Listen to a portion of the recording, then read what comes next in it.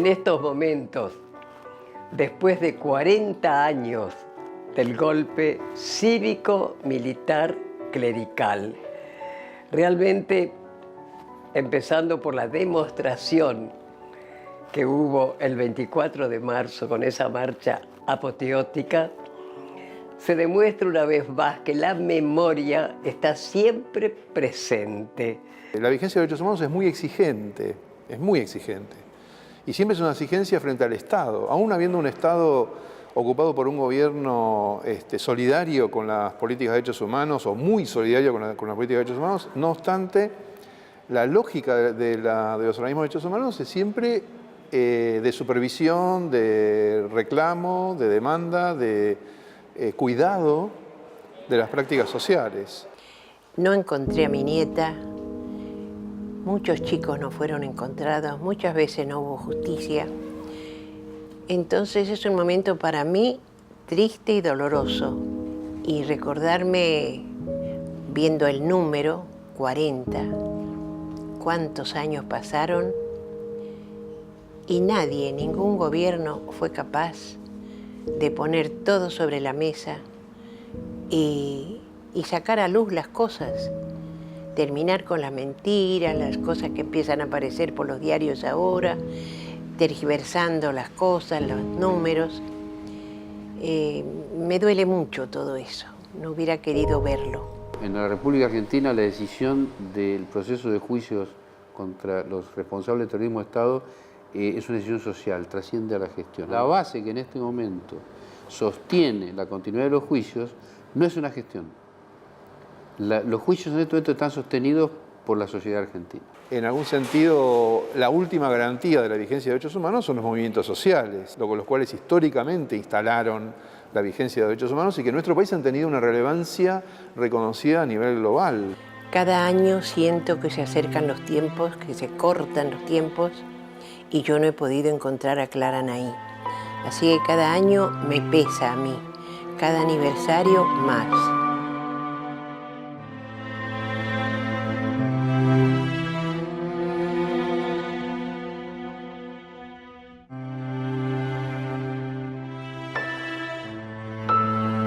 Ese terrorismo desde el Estado empieza en el 74, gobierno constitucional, no democrático de Isabel Perón, López Rega, ¿no es cierto?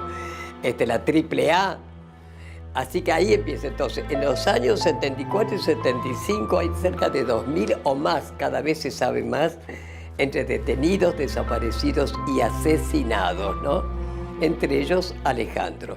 La Argentina desde la dictadura ha avanzado muchísimo en el terreno jurídico, o sea que hay un sistema normativo que es garante de los derechos humanos. Por lo tanto, ahí hay un campo sumamente productivo respecto de las posibilidades que existen. Cuando en la práctica uno sí tiene esa comunión con aquellos principios de la Constitución Nacional, especialmente las convenciones sobre derechos humanos, eso actúa sobre la mecánica que uno le va a transmitir a los procedimientos que lleve adelante. Justamente al juicio a las juntas, uno rescata ese juicio que hizo Alfonsín. Fue único en el mundo, ojo, porque era la primera vez que civiles juzgaban a militares. Así que fue una cosa ejemplar y les dio perpetua. ¿Quién ayudó a buscar los chicos? Eran niños desaparecidos. 400, primero 100, 200, 300, 400 y no tenía que salir el gobierno a buscarlos. El gobierno, una vez que fue de verdad y no de mentira, en cambio nos dejaron la tarea a nosotros, muy orgullosos de lo que hacíamos las abuelas. Por suerte habíamos fundado la asociación con Alicia de la Cuadra en el 77 y pudimos hacer mucho, incluido el hacer conocer en el mundo entero lo que estaba pasando. Lamentablemente después sabemos, punto final, obediencia debida al diablo con todo, y después que lo siguió Menem, dejó en libertad a los pocos que habían sido condenados, ¿no? A la justicia le cuesta tanto moverse.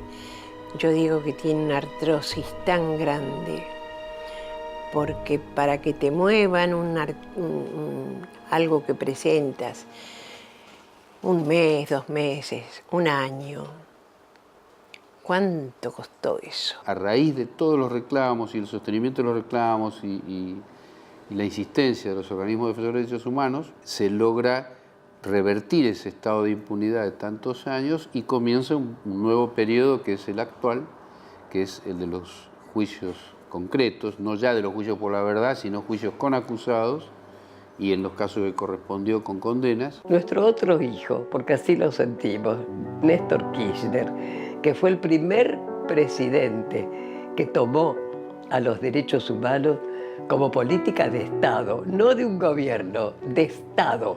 Y así fue que pudimos anular las leyes de impunidad, punto final, obediencia debida, y empezar a juzgar a lo largo y a lo ancho del país a los genocidas y sus cómplices. En el 2006 empieza esta época propiamente dicha con el juicio a Echecolás. Desde ese momento hasta hoy, no tengo la cifra exacta, pero en todo el país se han hecho una cantidad importante de juicios con una cantidad importante de personas que han resultado responsables y que han sido condenadas. Con respecto a la verdad, esa verdad que gracias a los juicios, gracias a esa valentía de los testigos, porque si no hubiera testigos no podría haber juicios. Ahí nos estamos enterando de tantas cosas, tantas cosas. La sentencia de Echecolás está firme, la sentencia de von Bernich está firme. Hace pocos días quedó firme la sentencia de Unidad 9, que fue un juicio emblemático. Que haya quedado firme hace 2 semanas, menos de 2 semanas en Corte Suprema, tiene mucha importancia. Primero, porque en aquellos primeros juicios se puso por primera vez la palabra genocidio como marco de genocidio. Pero segundo, porque después luego se condenó por genocidio con el paso del tiempo. Cuando fueron avanzando los juicios en las distintas provincias, más allá de las dificultades o los posicionamientos que cada tribunal puede haber tenido, ese proceso fue irreversible.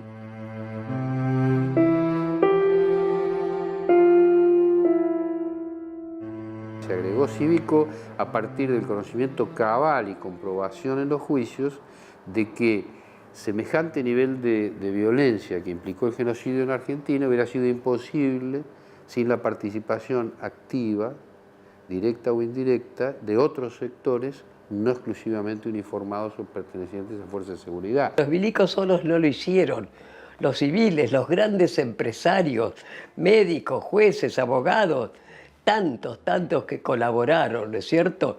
Y la parte eclesiástica. Esa complicidad implica distintos ámbitos que van desde los medios de comunicación hasta la propia justicia, pasando por la propia academia. Yo soy católica, pero que le caiga el sayo a quien le caiga. La jerarquía eclesiástica jamás recibió a las madres, nunca. El dispositivo militar de los golpes de Estado, sobre todo en la última dictadura, aunque antes también existía, fue definitivamente sustituido por corporaciones mediáticas. Utilizamos en la definición, en la sentencia, una teoría de origen alemán, que es la teoría de la infracción de deber, que es precisamente una teoría jurídica que permite avanzar sobre los autores de escritorio, de quien tenía el deber de hacer algo y no lo hizo, etc. Las delimitaciones de las prácticas democráticas de Estado son realizadas por medios de comunicación masiva de tipo corporativo y el modo en que eso se constituyó fue en la dictadura. Lo que estábamos diciendo, y hoy está confirmado por Corte Suprema, por eso lo estoy mencionando, lo que nosotros estamos diciendo es, yo hace muchos años en uno de los fallos puse, creo que fue en de von Bernich, en la sentencia puse,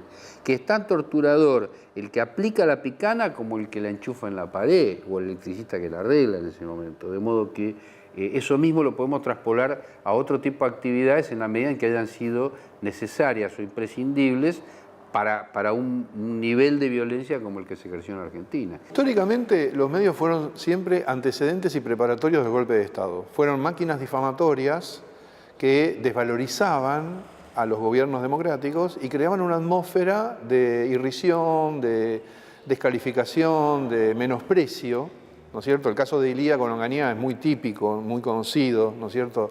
Revistas humorísticas, los diarios, en una época en la cual los medios de comunicación tenían una presencia social infinitamente menor que la que hay ahora. En la actualidad, la impregnación que ejercen los medios de comunicación en la vida cotidiana es prácticamente absoluta. Hubo quienes inventaron, y ni siquiera quiero nombrarlos, aquellos periodistas, que engañaron, que mintieron, que nos tomaban por idiotas, por mujeres las locas, por supuesto, las locas de la Plaza de Mayo. Pero lo que hay de fondo son verdades muy fuertes que han surgido en los juicios, o sea, y que uno los puede mencionar porque son verdades jurídicas, comprobadas, que es en primer término la complicidad de muchos medios de comunicación con el terrorismo de Estado. El modo en que la dictadura configuró un exterminio clandestino, una represión sistemática y planificada y masiva de tipo clandestino, tuvo que tener una asociación con los medios de comunicación. Por otro lado, hubo periodistas de un gran valor y coraje, incluso extranjeros, que nos ayudaron mucho, incluso también escribiendo libros. El Buenos Aires Herald era realmente que nos apoyaba de una forma estupenda, que publicaba, pero los medios acá, nefastos total. En Buenos Aires Herald, por ejemplo, teníamos una confianza total, porque fue el primero que publicó, por ejemplo, la foto de Clara Nay. Que nos recibiera, que nos atendiera, que nos avisara si veía algo que convenía que pusiéramos. Fue una gran ayuda. Yo me acuerdo cuando el Mundial del 78, que se vinieron todos los medios europeos de todas partes del mundo, fueron a la Plaza de Mayo, ¿no? Nunca las manos imaginamos que iban a estar ahí. O sea que hubo de parte de los medios, por un lado, un firme apoyo, diría yo minoritario, ¿no? Después va apareciendo poco a poco el apoyo de los demás, a veces con miedo, a veces con burla, a veces tomándonos el pelo, mintiendo para traernos inconvenientes en las búsquedas. Hubo de todo. Cuando analizamos el rol de los medios durante la dictadura cívico-militar, no solo, por lo menos yo, no solo lo veo en el periodo concreto del terrorismo de Estado, sino también en la época posterior, hasta nuestros días. Desde el punto de vista de la lógica es imprescindible hacerlo así, porque si no hay cosas que no se entienden. Después, la concentración mediática, la apropiación de papel prensa, la expansión en los nuevos medios de comunicación que se produjeron de tipo audiovisual, determinó una especie de blindaje, una especie de estructura dominante, que es la que se encuentra hasta la actualidad. Cuando uno analiza la actividad de los medios de comunicación y el rol que tuvieron durante la dictadura, acá los ejemplos que se pueden dar, en uno de los juicios hechos surgió, a raíz de los testimonios, la mención concreta al diario El Día de La Plata. Parece mentira, pero la primer solicitada que yo publiqué por Clara Nay, con foto y texto, fue en El Día. Me lo cobraron como corresponde, muy caro, ¿no? Pero me la publicaron. No me querían creer los demás que me la habían publicado. Pero el periodismo siempre nos huyó mucho al principio. O sea, en los medios de comunicación más importantes residían altos oficiales de las Fuerzas Armadas. Es decir, estaban en las redacciones, de manera que supervisaban en términos políticos lo que acontecía y, digamos, sostenían un régimen de autocensura. Todos esos años yo tuve una acumulación de diarios buscando la pequeña noticia o cosita que me podía llevar a algo. Y entre esos, La Nueva Provincia, donde Camps decía que la nena estaba en España con mi hijo, que no era cierto que él había muerto, con una crueldad sin nombre, ¿no? Y fue destruyendo así todo lo que yo hacía, él lo desmentía. Parecería que es más sencillo atribuirle delito de lesa humanidad a personal de fuerzas de seguridad que atribuírselo a un empresario o a un comunicador. Y fue muy difícil todo, con el periodismo difícil. Había alguien que nos ayudó mucho, parece mentira, ¿no? La Nata fue un amigo de verdad. Lamentablemente hoy a quien tenemos, página 12, es el único medio escrito, que eso es lo lindo, porque eso es memoria, están permanentemente, ¿no es cierto? Así que vaya si es importante el papel de los medios, ¿no?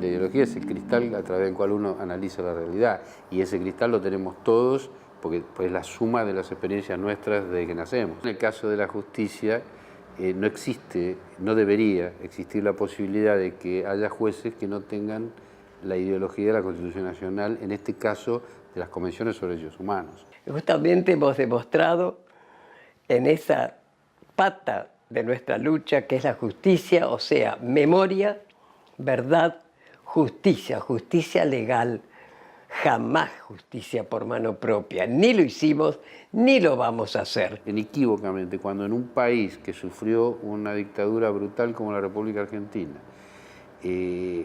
logra llevar adelante un proceso de juzgamiento que no se hizo en ningún lugar del mundo, con sus propios jueces, hay algo en esa sociedad que no solo lo transforma en un proceso único para mostrarlo, porque está demostrando que sí es posible hacer justicia cuando la sociedad lo reclama, sino que además, aun cuando en el futuro pueda haber algún retroceso, lo ya realizado no tiene vuelta atrás. Y esta es la parte positiva. Falta Claranaí, faltan muchos chicos, faltan noticias de muchos desaparecidos. O sea, hay una deuda impaga de parte del Estado, también de parte de la ciudadanía, porque hay gente que sabe cosas que a veces pueden traer el esclarecimiento de un caso. El logro emancipatorio no es una piedra a la que uno ha ascendido, no es como vivir en una montaña y estar asentado sobre una base firme, sino que se trata de un proceso social siempre en cuestión, en cuestionamiento. No vamos a estar vivas para ver al último condenado, pero están ustedes y de a poquito les vamos pasando la posta. ¿Por qué digo de a poco? Porque todavía, y a pesar de los bastones, de las sillas de ruedas, de los carritos, todavía las locas seguimos de pie, chicos. Dejas la vida buscando y a veces no se lo encuentra, como en mi caso, ¿no? No dejé nada por hacer. Y sin embargo, todavía busco. Y lo peor es que estoy segura que alguien en algún lado sabe. Nos muestra también una sociedad muy vital, muy despierta y muy en estado de movimiento. Cada una de las circunstancias en que ha habido oportunidad de manifestarse, esto ocurrió con una intensidad extraordinaria. La enorme disposición colectiva a la movilización, al cuidado de esos logros emancipatorios, al interés, al compromiso por luchar por la igualdad. Y eso yo creo que está intacto. La Argentina tiene una Constitución, la Constitución tiene las Convenciones sobre Derechos Humanos. Ahí está explicado claramente no solo cómo se debe juzgar, sino también cómo se debe comunicar en el caso de un medio de comunicación. No dieron la vida, se las arrancaron, porque ellos querían vivir, tenían planes, eran chicos alegres, querían cambiar ese momento que les tocaba vivir. No los dejaron, los desaparecieron físicamente, nada más. La prueba está, la semillita que sembraron, la pucha es que sí tiene sus frutos, ¿no?